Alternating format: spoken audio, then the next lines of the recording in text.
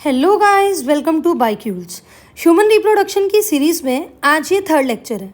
इससे पहले वाले लेक्चर्स में हमने मेल रिप्रोडक्टिव सिस्टम और स्पर्मेटोजेनेसिस की बात की थी। आज के लेक्चर में हम बात करेंगे हार्मोनल रेगुलेशन ऑफ स्पर्मेटोजेनेसिस, यानी कि स्पर्मेटोजेनेसिस की प्रोसेस में हार्मोन्स का क्या रोल है। आज हम इसके बारे में बात करेंगे। तो देखिए होता क्या है, होता ये है कि प्यूबर्टी के टाइम पर कुछ हार्मोन्स रिलीज होना स्टार्ट होते हैं, जिन हार्मोन्स को हम बोलते हैं गोनाडोट्रोफिन रिलीजिंग हार्मोन। ये हाइपोथैलेमस थैलेमस से रिलीज होते हैं। हाइपोथैलेमस यानी जिसको हम मास्टर ऑफ मास्टर ग्लैंड बोलते हैं। अब हाइपोथैलेमस से जब गोनाडोट्रोफिन रिलीजिंग हार्मोन रिलीज होंगे, ये स्टिमुलेट करेंगे एंटीरियर पिट्यूटरी को, और एंटीरियर पिट्यूटरी को दो हार्मोन्स रिलीज करने के लिए इन्फ्लुएंस करेंगे। वो दो हार्मोन्स कौन से हैं? पहला है एफएसएच यानी कि फॉलिकल स्टिमुलेटिंग हार्मोन, और दूसरा है एलएच यानी कि ल्यूटिनाइजिंग हार्मोन। अब देखो, जो एफएसएच है, फॉलिकल स्टिमुलेटिंग हार्मोन है, ये एक्ट करेगा सर्टोली सेल्स के ऊपर, यानी कि नर्व सेल्स के ऊपर। आप ऐसे याद कर सकते हो कि फॉलिकल स्टिमुलेटिंग हार्मोन, स्टिमुलेटिंग में एस है तो ये एच पे यानी सर्टोली सेल्स पे एक्ट कर रहा है। यहाँ पर ल्यूटिनाइजिंग हार्मोन एक्ट कर रहा है लेडिक सेल पे, तो एल से ल्यूटिनाइजिंग हार्मोन और एल से लेडिक सेल्स। अगर आपको ना पता हो कि ये सेल्स कहाँ पर है तो आइए एक बार इनकी लोकेशन देख लेते हैं। ये सेक्शनल व्यू है सेमिनिफेरस ट्यूब्यूल का।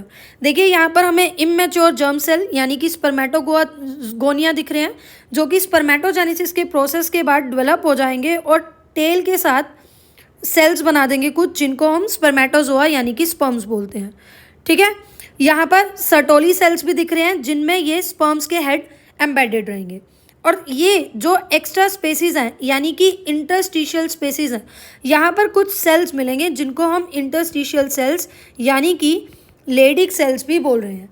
तो अब एफएसएच जो है ये सर्टोली सेल्स पे एक्ट करेंगे और एलएच यानी कि ल्यूटिनाइजिंग हार्मोन लेडिक सेल्स पर एक्ट करेंगे। सर्टोली सेल्स क्या करेंगे? स्पर्मेटोजेनेसिस की प्रोसेस को स्टार्ट करवाएंगे, यानी कि इमेच्योर जर्म सेल स्पर्मेटोगोनिया से स्पर्मेटोजोआ यानी कि स्पर्मेटिड्स के बनने की प्रोसेस को स्टार्ट करवाएंगे। साथ साथ ये कुछ ऐसे फैक्टर्स भी रिलीज करेंगे जो स्पर्मियोजेनेसिस करवाएंगे। स्पर्मियोजेनेसिस यानी कि स्पर्मेटिड से स्पर्मेटोजोआ बनने की प्रोसेस, स्पर्मेटिड से स्पर्मेटोजोआ बनने की प्रोसेस, यानी वो जो सेल्स होते हैं फिर वो फ्लैजिलेटेड हो जाते हैं, उनमें टेल्स आ जाती है, तो जिन्हें हम स्पर्मेटोजोआ यानी कि स्पर्म्स बोलते हैं। तो इस प्रोसेस को भी इन्फ्लुएंस करेंगे। लेडिक सेल्स क्या कर रहे हैं?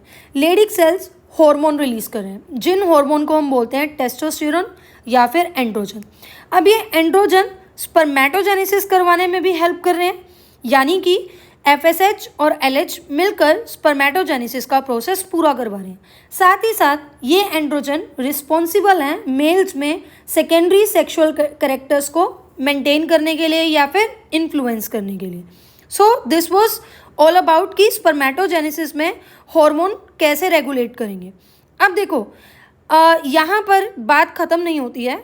यहाँ पर एक कॉन्सेप्ट होता है नेगेटिव फीडबैक, यानी कि जब स्पर्म्स की अब नीड नहीं है, काफ़ी सारे स्पर्म्स हो गए, अब इस प्रोसेस को रोकना भी पड़ेगा, स्पर्मेटोजेनेसिस की प्रोसेस को।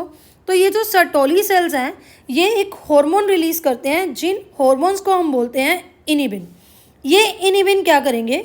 ये इनिबिन एक्ट करेंगे एंटीरियर पिट्यूटरी के ऊपर और स्पर्मेटोजेनेसिस की प्रोसेस को स्टॉप करवा देंगे। ये था नेगेटिव फीडबैक। लेकिन सिर्फ सर्टोली सेल्स ही नहीं, एंड्रोजन का भी रोल है नेगेटिव फीडबैक पे।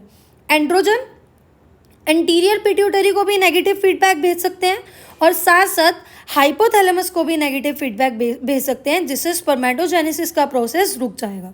सो this was all about hormonal regulation of spermatogenesis. एक बार इसकी क्विक दोबारा से समरी मैं आपको बता देती हूँ ताकि आपको अच्छी तरह से समझ आ जाए। तो हमने बोला प्यूबर्टी के टाइम पे हाइपोथैलेमस से कुछ हार्मोन रिलीज होंगे, जिन हार्मोन्स को हम गोनाडोट्रोफिन रिलीजिंग हार्मोन बोल रहे हैं।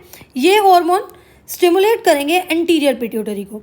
एंटीरियर पिट्यूटरी दो हार्मोन रिलीज करेगा, एफएसएच यानी कि फॉलिकल स्टिमुलेटिंग हार्मोन और एलएच यानी कि luteinizing hormone. Follicle stimulating hormone act करेगा सर्टोली सेल्स के ऊपर और ये स्पर्मेटोजेनेसिस की प्रोसेस को स्टार्ट करवाएगा, यानी कि स्पर्मेटोगोनिया से स्पर्मेटोजोआ बनने की प्रोसेस को करवाएगा। साथ ही साथ ये कुछ ऐसे फैक्टर्स भी रिलीज करेगा जिससे स्पर्मियोजेनेसिस यानी कि स्पर्मेटिड से स्पर्मेटोजोआ बनने की प्रोसेस भी रेगुलेट होगी।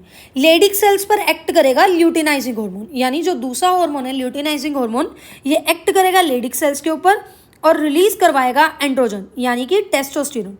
ये ऐसे हार्मोन्स हैं जो सर्टोली सेल्स के साथ मिलकर स्पर्मेटोजेनेसिस भी करवाएंगे और साथ साथ मेल्स में सेकेंडरी सेक्सुअल कैरेक्टर्स भी करवाएंगे। ठीक है, अब देखो यहाँ पर काम खत्म नहीं होता, नेगेटिव फीडबैक की बात करेंगे, यानी जब स्पर्मेटोजेनेसिस की रिक्वायरमेंट नहीं है, जब स्पर्म्स की रिक्वायरमेंट नहीं है, तो सर्टोली सेल्स एक हार्मोन रिलीज करेंगे जिस हार्मोन को हम बोलेंगे इनिबिन। ये इनिबिन एक्ट करेगा एंटीरियर पिट्यूटरी के ऊपर और स्पर्मेटोजेनेसिस की प्रोसेस को रोक देगा। लेकिन यहाँ पर सिर्फ सर्टोली सेल्स ही नहीं, एंड्रोजन भी नेगेटिव फीडबैक पे काम करते हैं। कैसे? एंड्रोजन या तो नेगेटिव फीडबैक भेजेंगे एंटीरियर पिट्यूटरी को और स्पर्मेटोजेनेसिस की प्रोसेस को रुकवा देंगे, या फिर एंड्रोजन हाइपोथैलेमस के ऊपर भी एक्ट कर सकते हैं और उनको सिग्नल दे सकते हैं कि अब स्पर्मेटोजेनेसिस की प्रोसेस को रोक दो। So this was all about hormonal regulation of spermatogenesis. I hope ये आपको समझ आया हो। If you like this video then please like, subscribe and share. Thank you so much.